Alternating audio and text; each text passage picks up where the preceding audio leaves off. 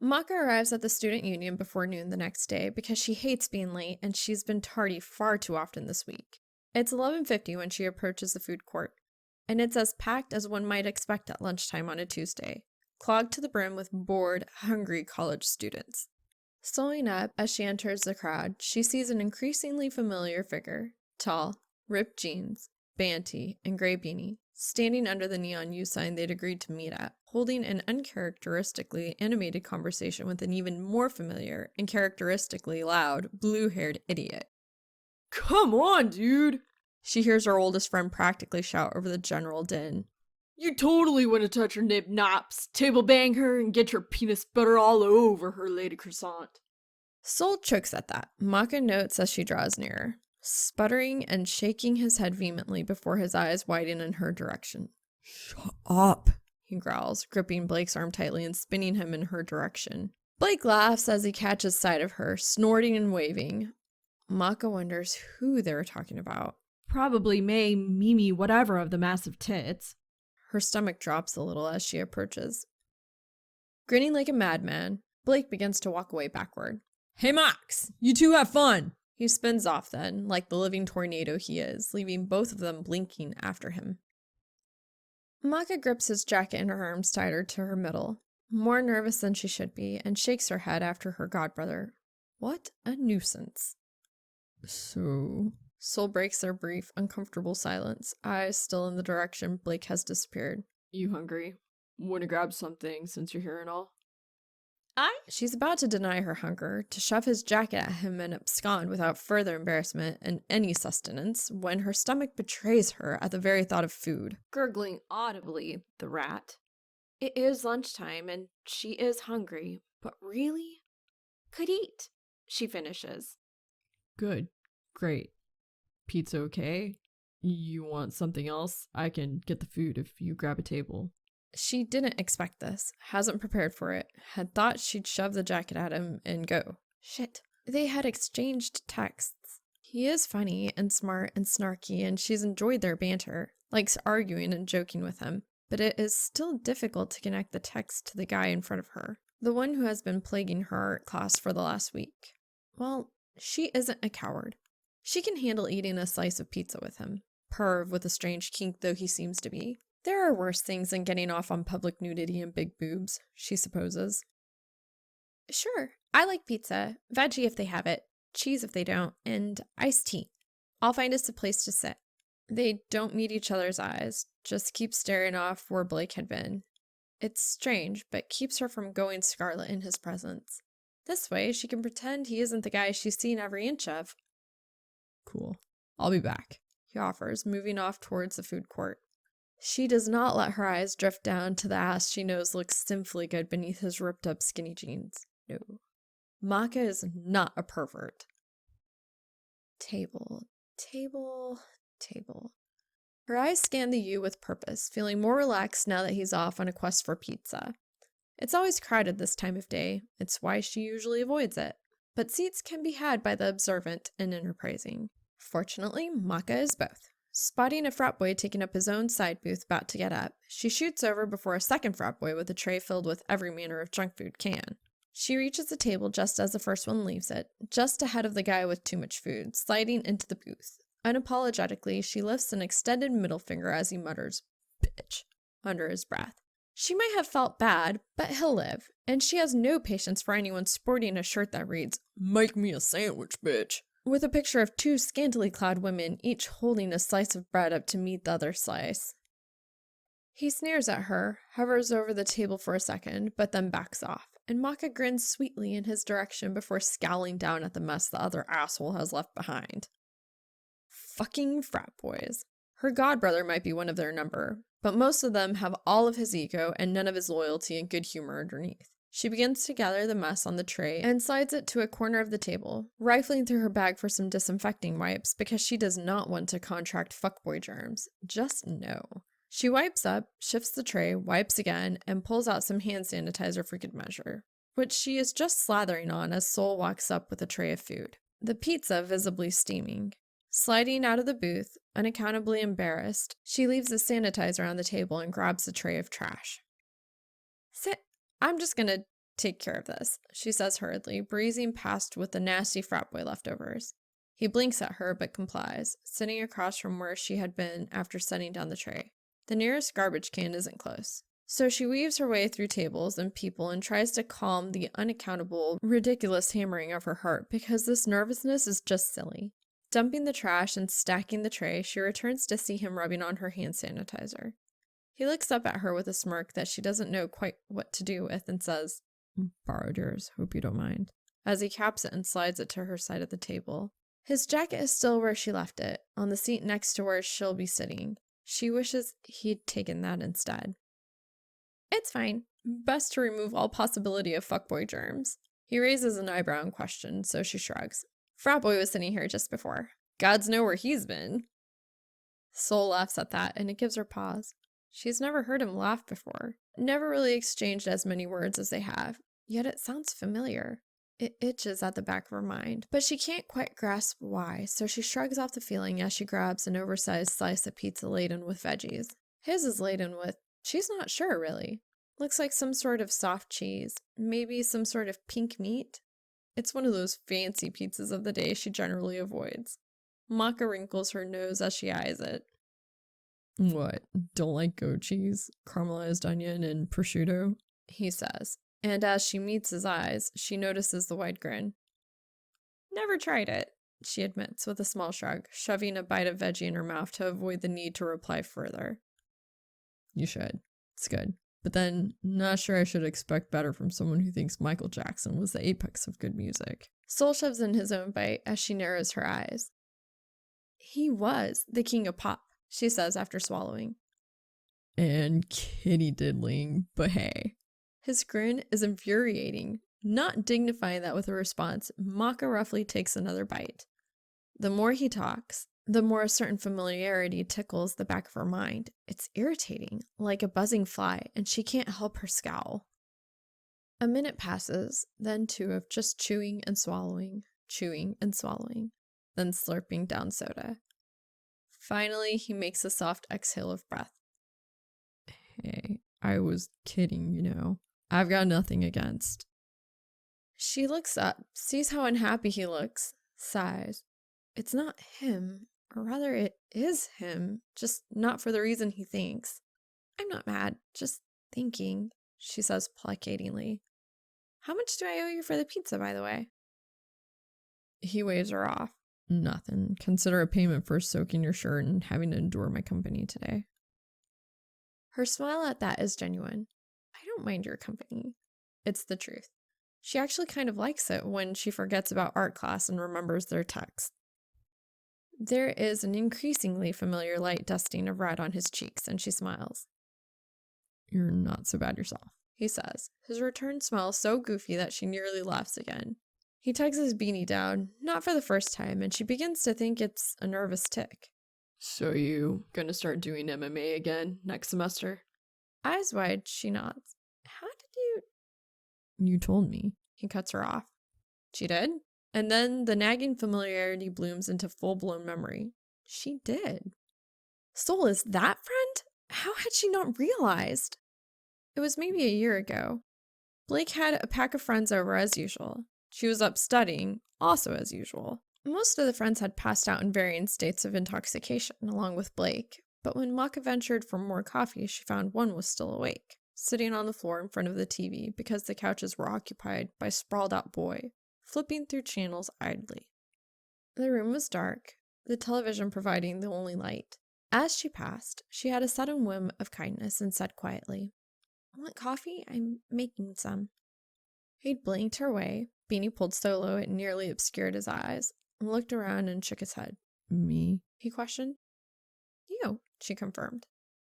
Nodding slowly, he replied with a quiet, "Yeah." Cream? Sugar? She asked. Sounds good. A few minutes later, she came back with 2 steaming cups and slid down to sit next to him. Maka couldn't have said why, other than she was tired and it was dark and lonely, and she needed the mental break. They'd ended up talking for over an hour that night before she finally shuffled back to study again. There had been several other nights like it spread out over the course of the year. Maka was always exhausted when it happened, stressed and frazzled, But they would talk about things she would never talk about to anyone in the light of day. Her dreams, her mama and her papa, and how lonely her childhood was once her mama left.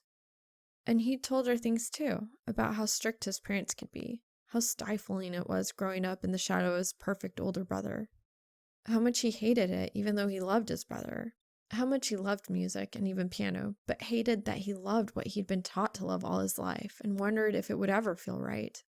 Through all of it, somehow he never said his name and she never asked, and in the light of day, she had never connected that the perverted couch-invading art model and the boy with a beanie she had opened up to those few times were one and the same. He isn't Blake's only friend prone to beanie wearing, and it had been late and dark every time. Maka sometimes thought she'd imagined those conversations, they were so surreal. The boy is so different from her roommate's other friends. Not that she paid much mind to his friends. That boy is Soul. That was the tickle, the familiarity. He is looking at her expectantly, so she hurriedly fills the mounting silence. I think so, anyway. I'd like to. You should, he says with a smirk. Love to see you hand Black Star's ass. Laughing, she shakes her head. Oh, he hands me my ass plenty. Don't get too excited. Still, his grin does not waver. Would be something to see you two fight. They chew more pizza, slurp more soda, then Maka sighs into the renewed silence. I actually really miss it.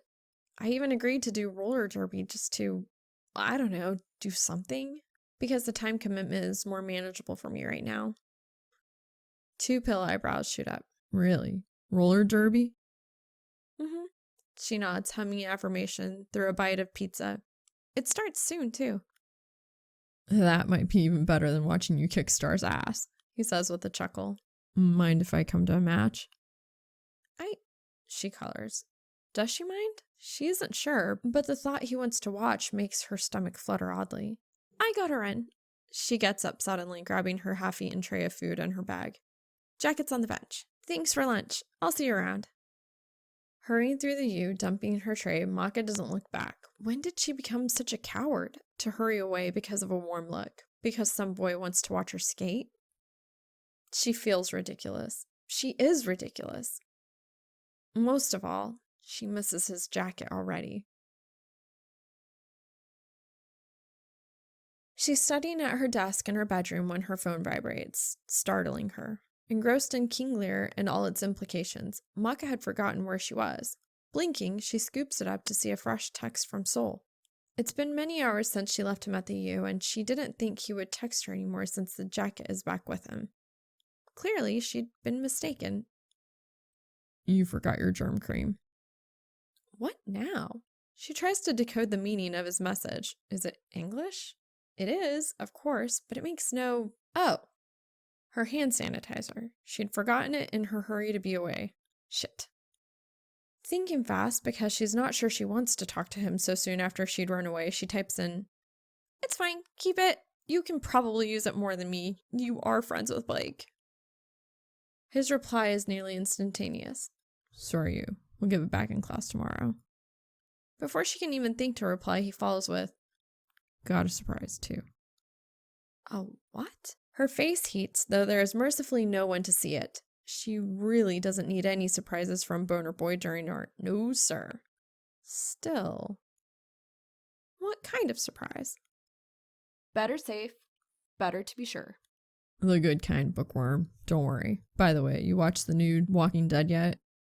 Ah, yes. They had texted about the show last night, and she'd mentioned she'd missed Sunday's episode when she passed out early. He'd missed it because he had apparently had a piano recital.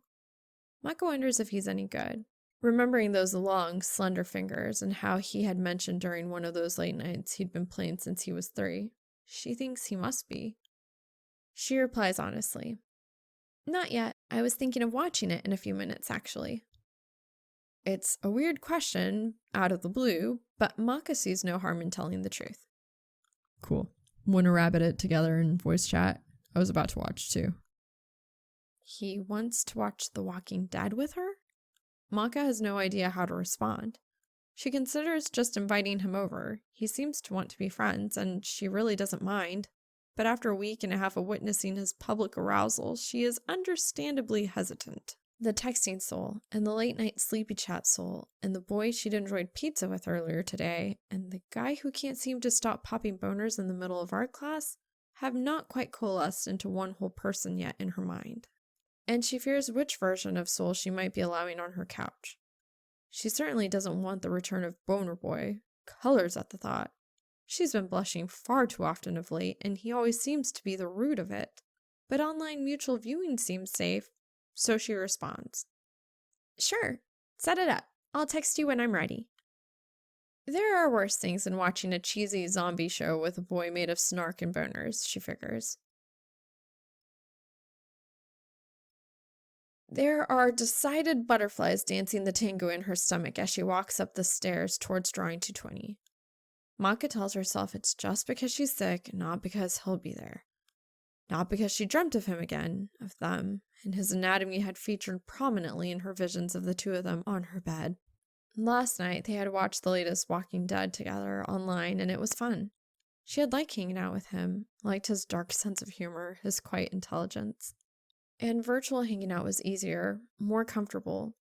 He couldn't see her embarrassment. She couldn't see any untoward rise that may or may not have occurred beneath the fabric of his pants.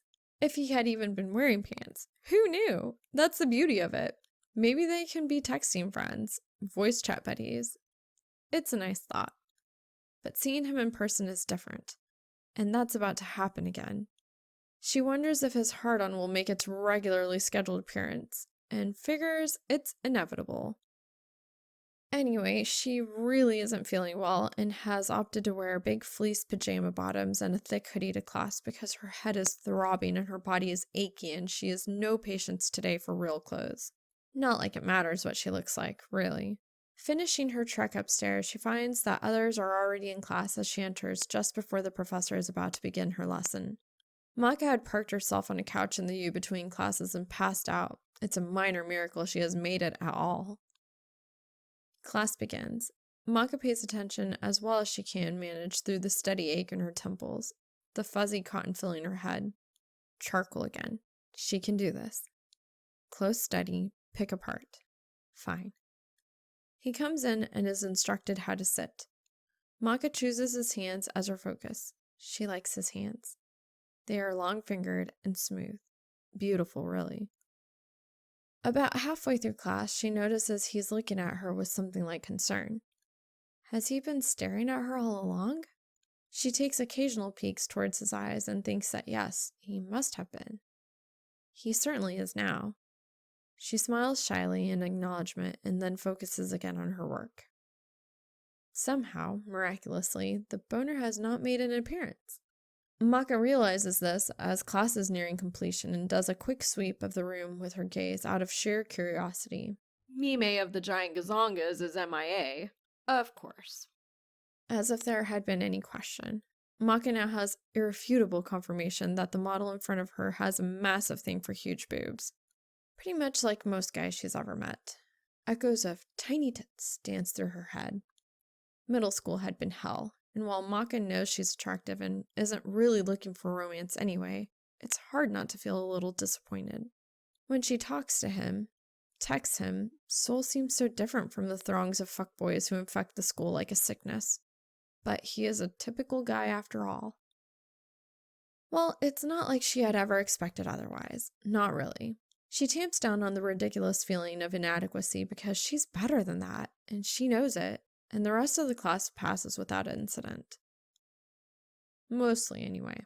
Near the end, as Soul robes back up, he fishes in the pocket of said robe as he approaches her easel. There is something in his hand, and he holds it out. It's her hand sanitizer, so she snatches it quickly, embarrassed that he has approached her in class in only a robe. Then he pulls something else from his pocket and holds it out in his palm. It's a flash drive. Soul is flushed, but grinning as he says, "Told you I had a surprise." Then he's gone, fleeing quickly out the door, and she is left red-faced and wondering just what it is he has seen fit to gift her. It turns out the flash drive is full of music. He had mentioned making her a playlist before, and he has delivered several, each with a different one-word name. Some obvious, like studying or exercise. Others more cryptic, like feelings or mood. So far, she has stuck to the studying mix, avoiding the more questionable one-word choices. It is far from her usual taste, full of mostly instrumental pieces, classical and jazz, but she finds it soothing. Maka couldn't have said why. Music has always been beyond her. But it does help her relax and focus, so she chooses not to look a gift horse in the mouth, or rather, her gift music in the flash drive. Entering the apartment with the study mix currently flooding her earbuds the following afternoon, she doesn't expect the place to be occupied.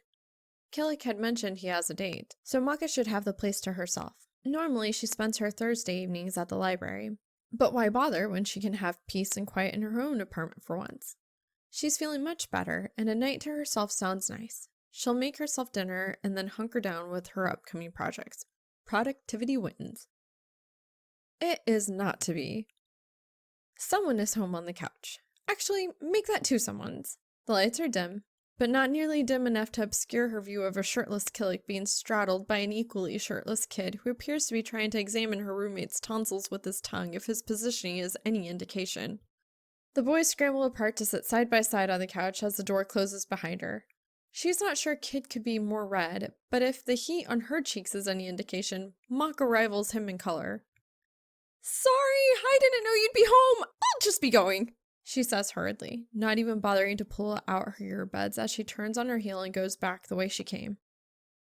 Really, she shouldn't be this embarrassed. She has walked in on Blake more times than she can count. The boy has zero shame, and she always just tosses a pillow in his face and tells him to get a fucking room and disappears to her own. This shouldn't be different, but somehow, partially because Killick is normally more discreet, and partially because it's Kid he's with, Maka has known Kid since high school, even considered asking him to prom once because he seemed safe. She had honestly believed he was asexual since he's never seemed interested in anyone. Apparently, she had been gravely mistaken. Still, mistaken sexuality aside, for one of her oldest friends to be on her couch with her roommate is strange and more than a little disconcerting. Maka will process it eventually, but for now she needs food, and she needs to study, so she wanders down the streets towards where she knows she'll find restaurants, and lets Miles Davis soothe nerves that have been rubbed just a bit too raw for comfort. Embarrassment, it would seem, is in her cards for the foreseeable future. Sighing as she approaches the all-night diner across from campus, she fishes out her phone to flick through her new playlists, and lights on the one called Feelings. She needs a distraction, and this seems like a start. The first song is At Last by Etta James. It's soothing, and she tries to immerse herself in it as she walks through the door. The hostess recognizes her. Night study sessions here are not infrequent, since comfort food and good coffee 24 hours is a fairly enticing draw, and leads her to her favored corner. The booth is garishly red like every booth in the place, and Maka is struck as they draw near by a mop of startling white against the opposite side. He sits with his eyes closed in sleep or thought. She doesn't know.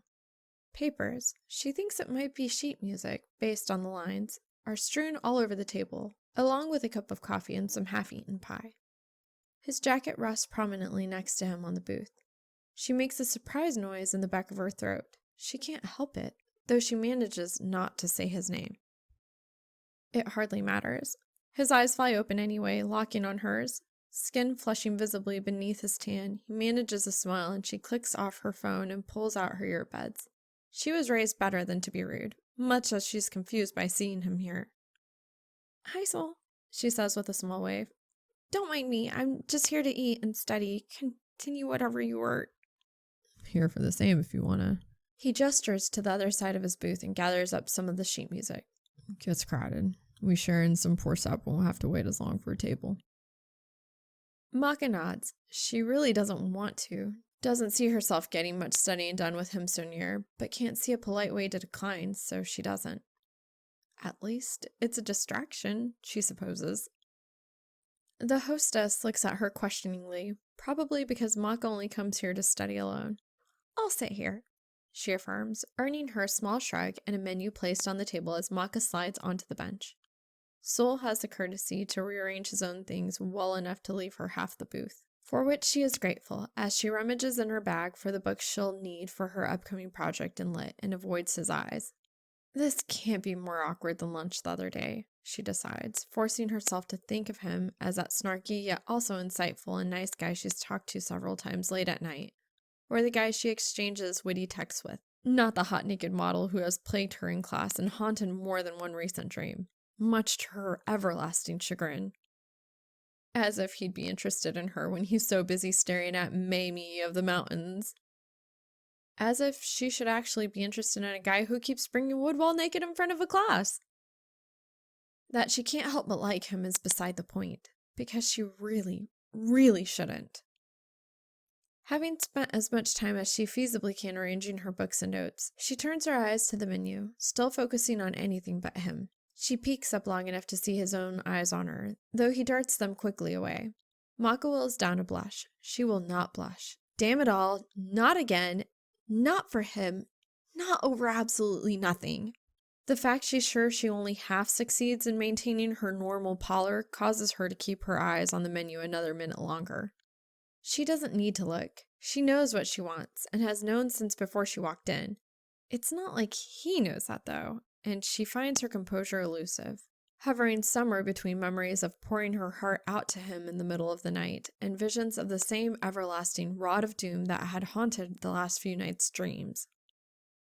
Eventually, the waitress appears. She knows the girl. Her name is Patty, and they are friendly, having hung out several times together with Tsubaki and her sister Liz, who began dating last semester. Patty looks between them and says, "Let me guess, Monte Cristo and coffee, and another slice of pie for the gentleman?" Maka nods her assent. Sol says yeah, and Patty is absconding with Maka's menu shield as she looks between them again. "You too, huh?" she says with a slight smack of her gum. "Should have figured. You're still joining your derby team, right? You should invite him. He's cute." Leaving no chance to respond, Patty flounces off. Maka goes scarlet for the umpteenth time that week and has to stifle a nearly hysterical giggle when she realizes her companion is just as red, his mouth hanging open as he stares after Patty before he snaps it shut. Forgot you two were friends, he grumbles, running a hand through his currently beanie-less hair. She likes his hair. It's a strange color, sure, but it looks soft, very touchable. Not that she's touched it. Not that she ever will. Reining in her wayward train of thought, she shrugs. "Yeah, I've known Patty since freshman year. She's a trip." That's one way to put it, he says with a shake of the head. And she can't help it. She laughs. So he laughs. And it feels sort of nice. "How do you know Patty, anyway?" Maka asks as her laughter finally dies down. From here. He waves a hand. Don't always sleep well, and Patty works the night shift a lot. Not that I gotta tell you, you're in here almost as much as I am. She is in a lot in the wee hours, especially during midterms and finals, but she doesn't remember seeing him.